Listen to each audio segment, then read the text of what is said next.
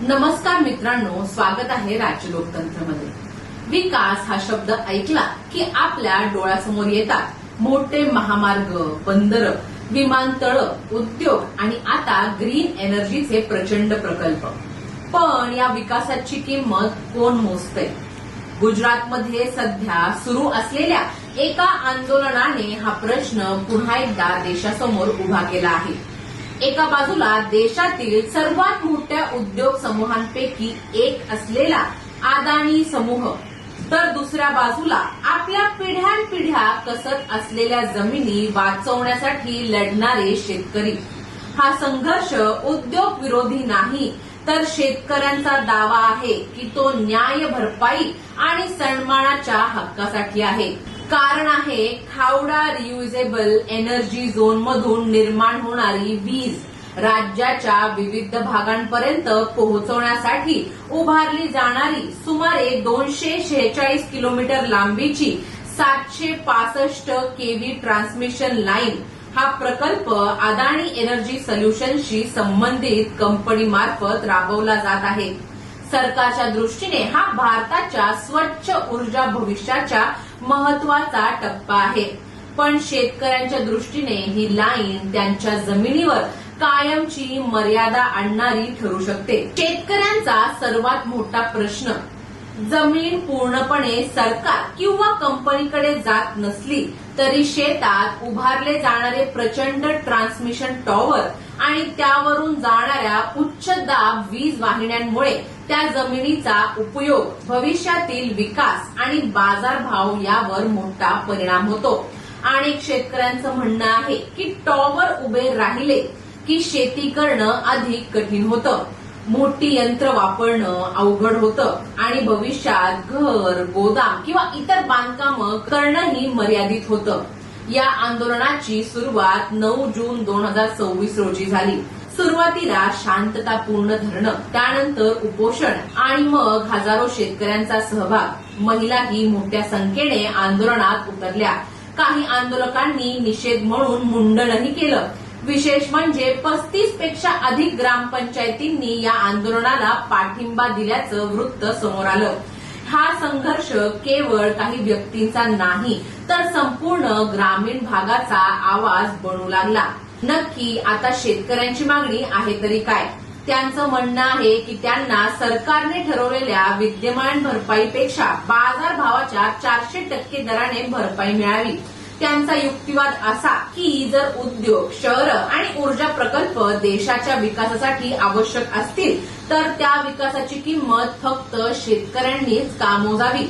ज्यांच्या जमिनीमुळे प्रकल्प उभे राहतात त्यांनाच योग्य आर्थिक सुरक्षा का मिळू नये? काही शेतकऱ्यांनी दावा केला की त्यांच्या जमिनीची बाजारातील किंमत प्रति बिघा अनेक लाख रुपयांपर्यंत पोहोचली आहे, मात्र प्रस्तावित भरपाई त्यांच्या तुलनेत खूपच कमी आहे। त्यामुळे ते म्हणतात ही केवळ आर्थिक भरपाईची बाब नाही, तर त्यांच्या पुढील पिढीच्या भवितव्याचा प्रश्न आहे। दुसरीकडे अदानी समूहाचा दावा स्पष्ट आहे। कंपनीच्या मते संपूर्ण प्रकल्प कायदेशीर प्रक्रियानुसार सुरू असून भरपाई सरकारने ठरवलेल्या नियमांनुसारच दिली जात आहे। काही जमिनी मालकांनी भरपाई स्वीकारली आहे, तर काही अधिक रकमेची मागणी करत आहेत। कंपनीचं म्हणणं आहे की त्यांनी कोणतेही नियम मोडलेले नाही आणि आवश्यक प्रशासकीय परवानग्यानंतरच काम सुरू करण्यात आलं आहे। पण या संपूर्ण प्रकल्पात एक मोठा प्रश्न निर्माण होतो। भारतात गेल्या काही वर्षात मोठ्या उद्योगांना, ग्रीन एनर्जी प्रकल्पांना आणि पायाभूत सुविधांना मोठ्या प्रमाणावर प्रोत्साहन दिलं गेलं।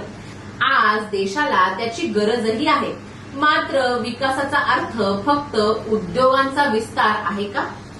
की त्या विकासात स्थानिक शेतकरी, ग्रामस्थ आणि त्यांच्या हक्कांनाही समान महत्व असायला हवं? आज पंतप्रधान मोदी यांच्या गुजरातमध्ये सुरू असलेला हा संघर्ष केवळ अदानी विरुद्ध शेतकरी एवढाच मर्यादित नाही। हा प्रश्न महाराष्ट्र, राजस्थान, मध्य प्रदेश, कर्नाटक आणि देशातील प्रत्येक त्या राज्यासाठी महत्वाचा आहे जिथे मोठे प्रकल्प उभे आहेत। कारण प्रत्येक प्रकल्पाच्या मागे कुणाची तरी जमीन, कुणाचं तरी घर, कुणाचं तरी उपजीविका जोडलेली असते. शेवटी प्रश्न एकच आहे, देशाचा विकास नक्कीच झाला पाहिजे, पण तो विकास शेतकऱ्यांच्या विश्वासावर उभा राहणार आहे की त्यांच्या असंतोषावर? उद्योग आणि शेती यांच्यात संघर्ष नको, समतोल हवा. विकासाच्या नावाखाली जर ग्रामीण भारतालाच आपल्या जमिनीच्या हक्कांसाठी आंदोलन करावं लागत असेल तर धोरणांमध्ये काहीतरी बदल करण्याची वेळ आली आहे. मग तुम्हाला काय वाटतं? विकासासाठी जमीन वापरणं अपरिहार्य आहे, पण त्या बदल्यात शेतकऱ्यांना अधिक न्याय भरपाई मिळायला हवी का, की सध्याची व्यवस्था पुरेशी आहे? तुमचं मत आम्हाला कमेंट्समध्ये नक्की कळवा, कारण हा प्रश्न केवळ गुजरातचा नाही, तो भारताच्या विकासाच्या मॉडेलचा आहे. आणि तरीही या सगळ्या गदारोळात एक गोष्ट विसरता कामा नये, या जमिनींवर उभं राहणारं प्रत्येक टॉवर, प्रत्येक रस्ता, प्रत्येक प्रकल्प हा कुणाच्या तरी घामातून, आशेतून आणि आयुष्यभराच्या कष्टातून उभा राहतो. शेतकरी फक्त जमीन मागत नाहीत, ते आपल्या अस्तित्वाचा, आपल्या सन्मानाचा आणि आपल्या पुढच्या पिढीच्या भविष्याचा हक्क मागत आहेत.